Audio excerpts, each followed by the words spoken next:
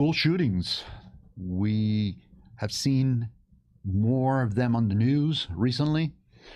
Yesterday, we had the school shooter in Apalachee High School, Barrow, Georgia, Windham, Georgia, who,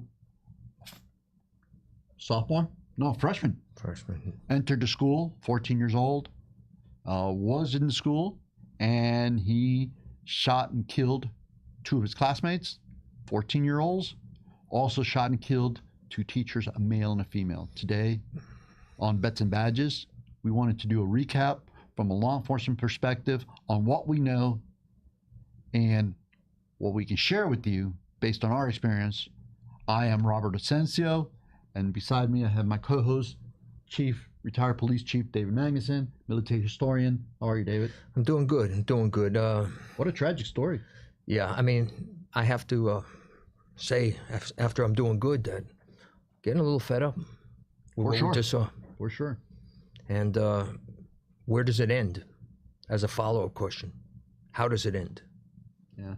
So let's recap what we know. So far we know that in addition to the 4 people who were shot and killed, there were 9 others that were hospitalized due to injuries, and there were approximately 30 other individuals who were hurt.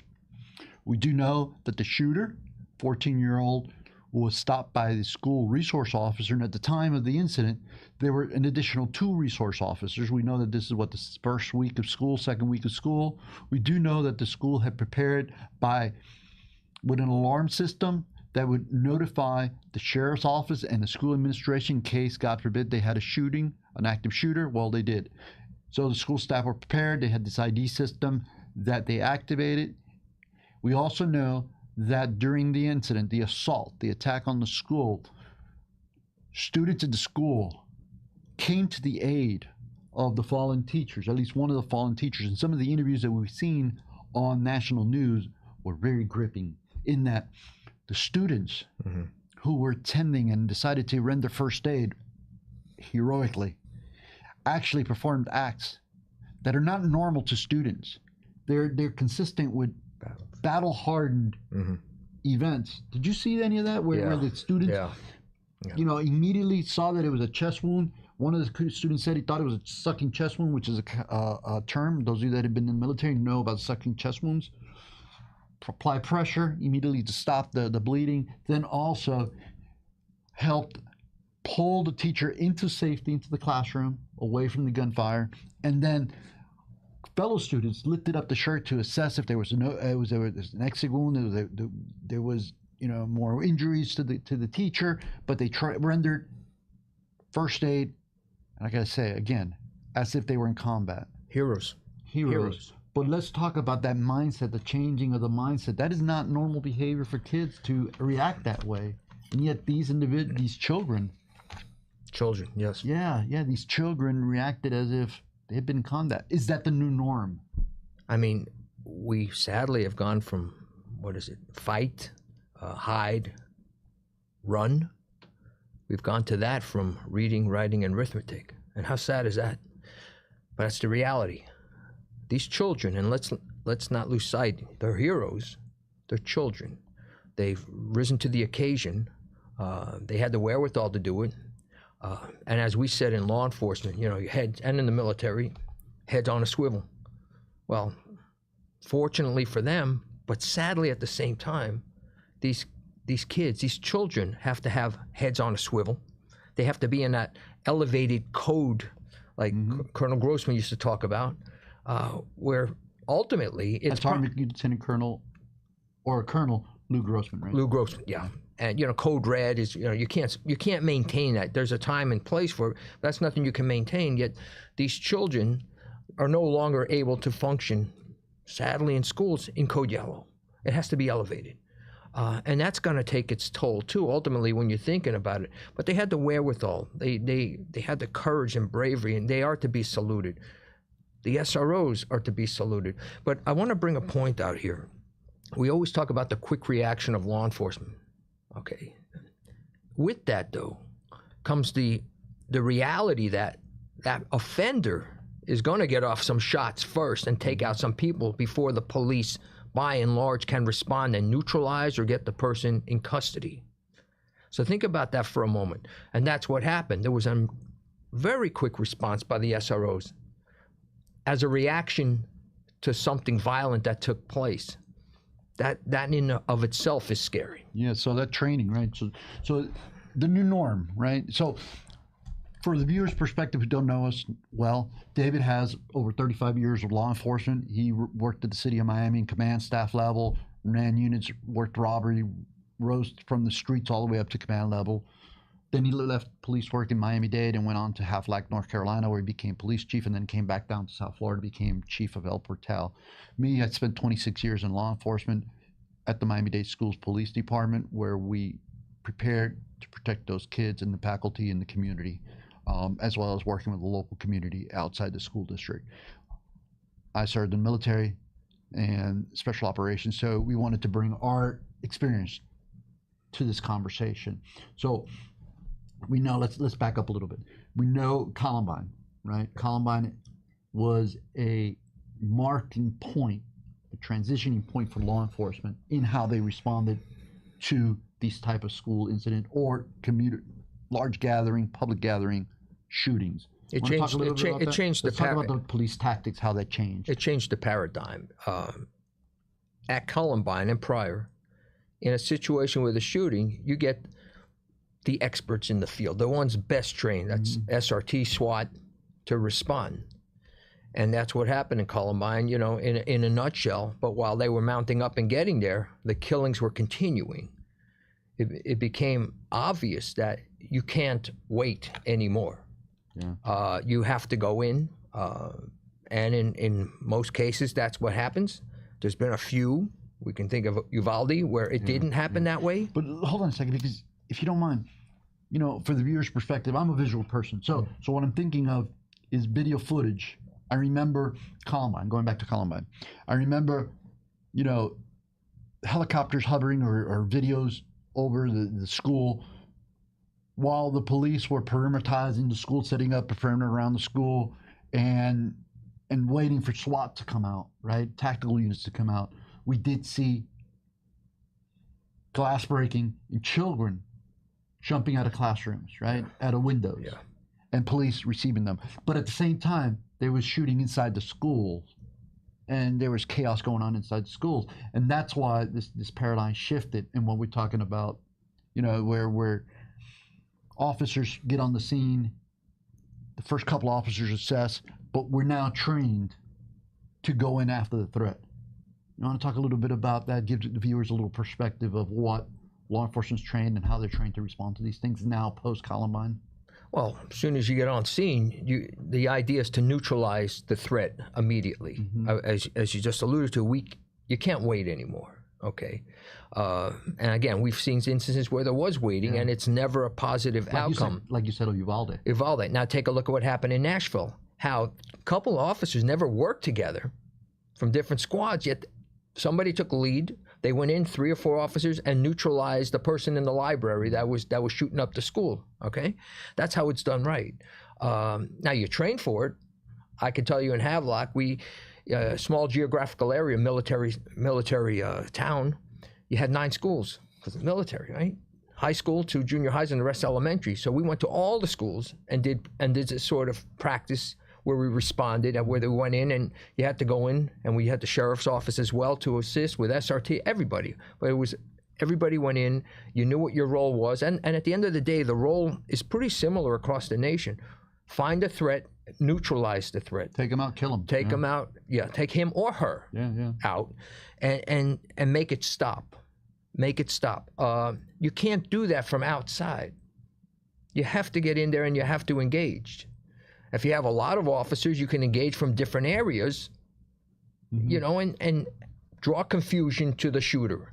But you can't wait because for each moment you're waiting, more kids are being killed. Absolutely, and that's what happened again in Uvalde, where while they were sitting waiting for either keys or the SRT team to tactical units to respond, children were dying and staff members. So let's go back, because for anybody that's been inside a school, there's a huge echo, right? Yeah. You have a lot of ambient light, close quarters, a lot of people.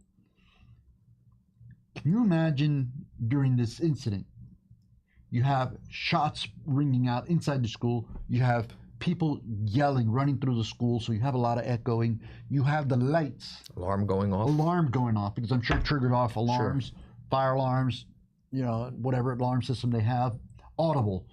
You have all that going on, the hollering, the screaming, right?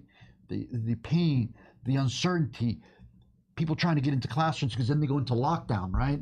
And the lockdown theory is that something happens inside the school, you bring the students into the classroom to safe spaces and you close the doors, right?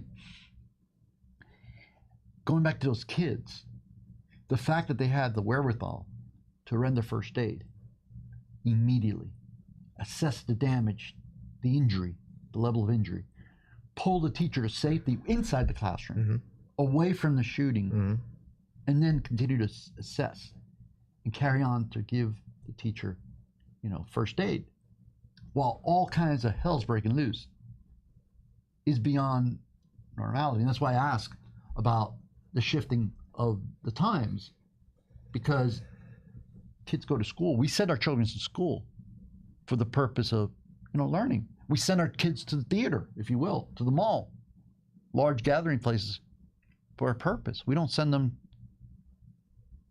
to be in harm's way. Yet now, that's a reality of life. I've said often in previous episodes and discussions with my history background, it'll always be the December 6th, the September 10th, the November 21st that keep us up at night. We don't know what the next day brings. Parents sends their child to school.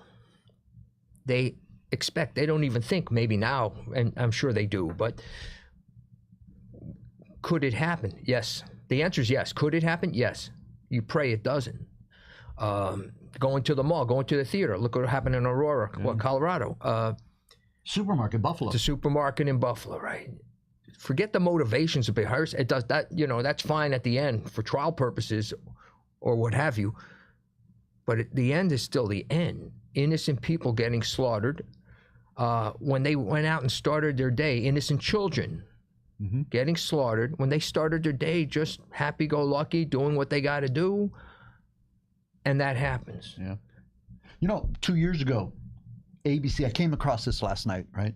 ABC News, the national network, they were speaking about school shooters, the profile of individuals that are mass casualty type shooters that extend beyond the school. They looked at their profiles, and per the Department of Health, per bunch of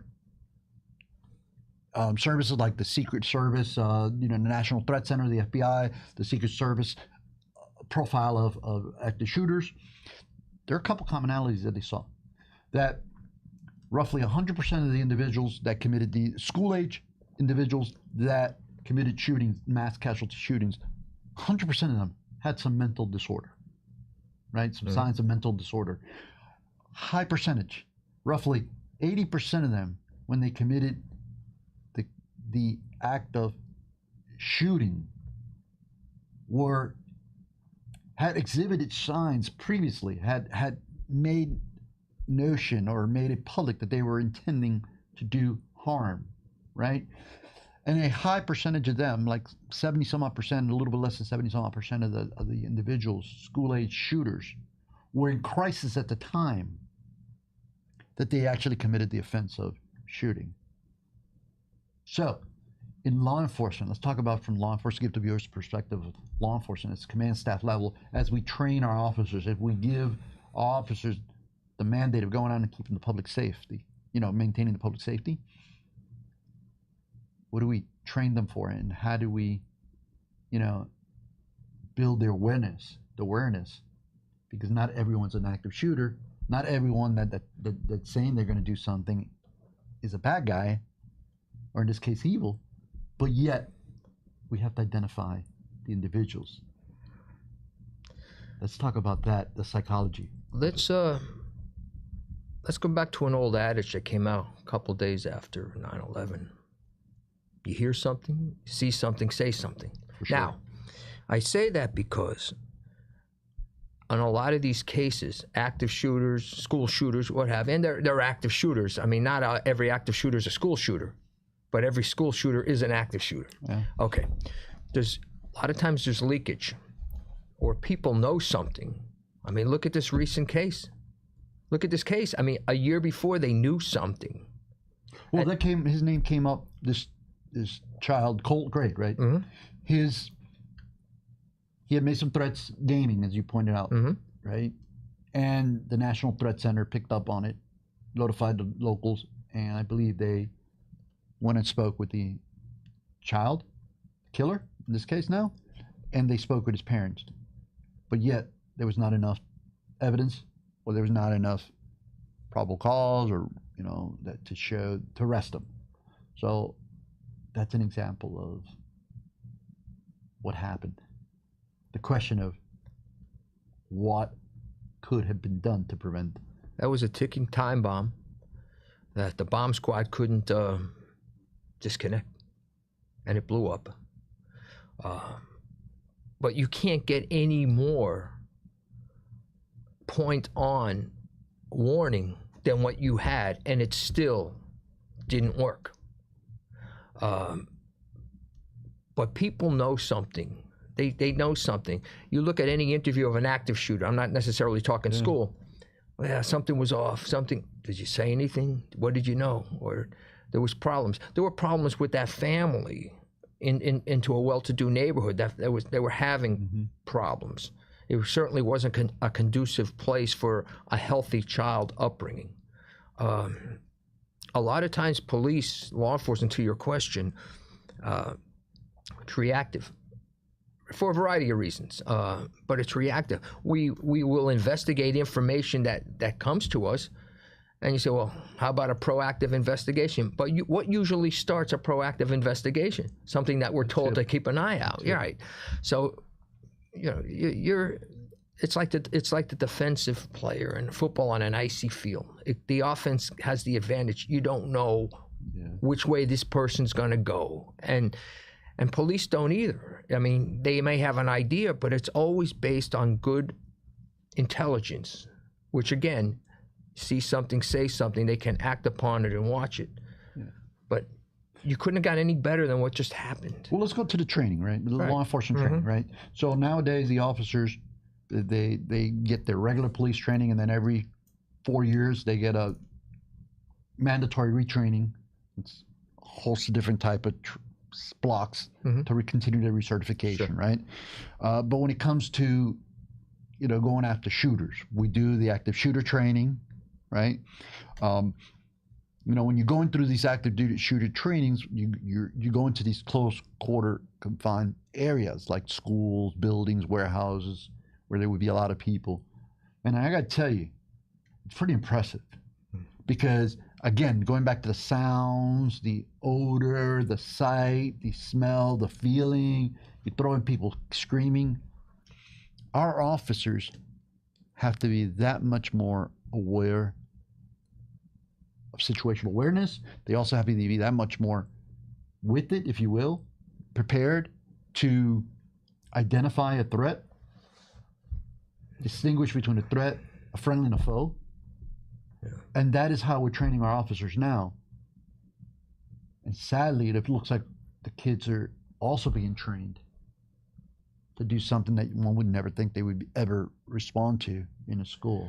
A couple of years ago, there was always the thing, the police, law enforcement were the watchdog. Then there was a shift to somewhere a little, I would not say offensive, but a little softer. And I would argue with you as a retired law enforcement professional. No, law enforcement is the watchdog. Law enforcement and the mindset of the law enforcement officers has to be that, with the situational awareness, with the proactive look at going to training, not, I got to go to training no, I want to go to training because this is going to better me in a situation that may very well take place. You can sit at the range all day, and that's good practice, it is, but you're shooting at paper targets, okay? And nobody's firing back, okay? it has to be realistic. Well, now with the census, the overload, that's the word. Now agencies are going to, yes, you're right, overload. So you want to overload the individual in training so that they react better, right? Correct. What is it? Perfect training creates good practice, right? I wouldn't say perfect responses because there's no such thing as a perfect response, but it gets you as professionally prepared as you can. You know, what do we need to look out for? Because let's face it, these incidents are not going to stop. No. Okay. In this particular case, as in others that we had recently, the subject committed the killings and the assault, if you will, with an AR style. I think this case, Sheriff Judd called, or Sheriff Smith from Barrow County called it a platform AR-15. But so this one was committed with an AR-15 style rifle. There were a couple others that were committed with that type of an assault type weapon. But reality is, a person can take on many people with a handgun, right? So how do we need to prepare to prevent these? And I know parents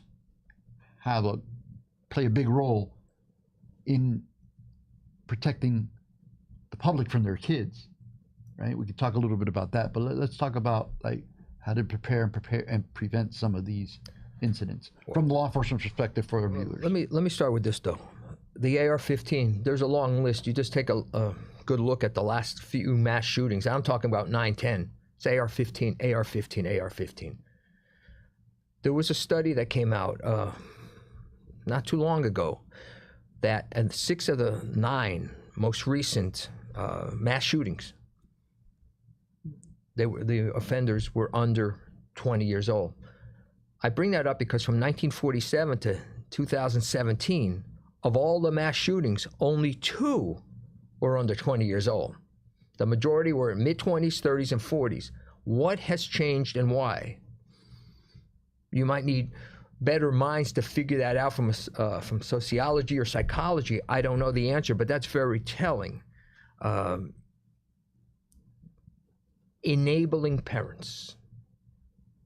Enabling parents. You go back to the Sandy Hook killer, Adam Lanza. His mother bought him weapons. She knew he had a problem. Who's the first person he killed with the weapon? She was, right? This guy, the other day, knows the problem with his son. He knows the truth, whether he told the law enforcement that came to talk to him or not. He knows the truth, yet he buys the kid an AR-15. To your point with the handgun, you're right. You can go in with a Glock concealed, right? And you can take out a bunch of people. But the wounds, the firepower, the damage done to the organs is far less. This is something more. You can't conceal an AR-15. So here you got these people that are genuinely thinking they're picked on or they're smaller. They want that biggest weapon they can walk around with. And I don't want to hear from this guy. Then the other day, we went hunting with it. Nobody hunts with an AR-15. All right. So, that's hogwash. Unless you're hunting people. Yeah. Right? Yeah. That's what it's become. Sadly. Yeah. No, you're right. You're right. You make a sound point. It's always boggled my mind, even for the law-abiding citizens that want to walk around strapped with an AR-15 going to, you've seen the pictures, the Walmart, the 7-Eleven. When you're like in the state of Florida, you can carry concealed.